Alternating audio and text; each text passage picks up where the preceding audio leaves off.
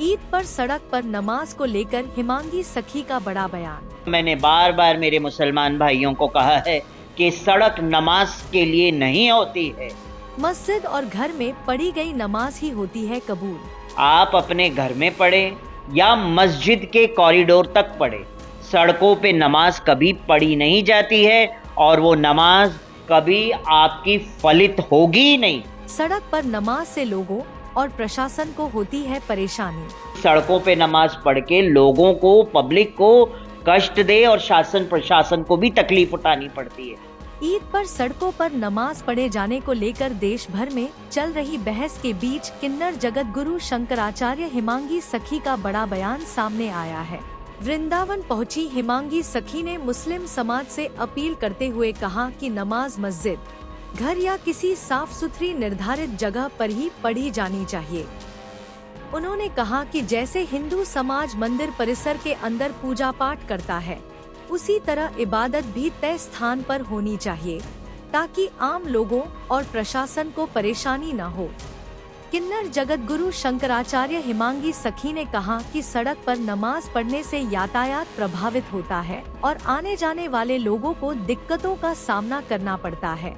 उन्होंने कहा कि पूजा, नमाज और इबादत का मूल उद्देश्य शांति और अनुशासन है, इसलिए धार्मिक कार्य ऐसे स्थानों पर होने चाहिए जहां स्वच्छता और व्यवस्था बनी रहे।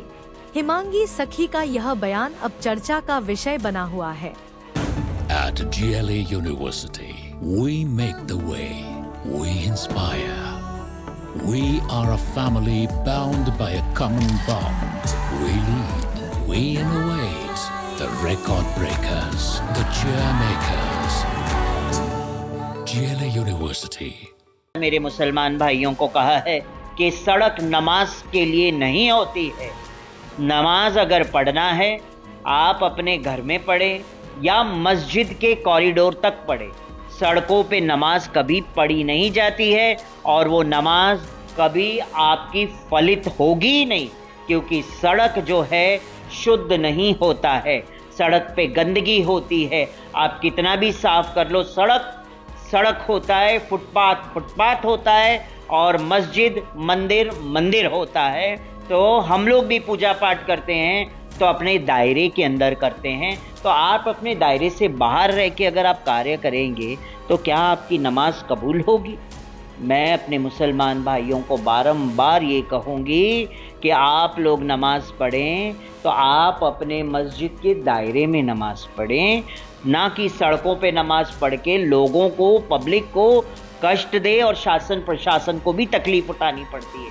तो आपका नमाज कबूल कहाँ से होने वाला है?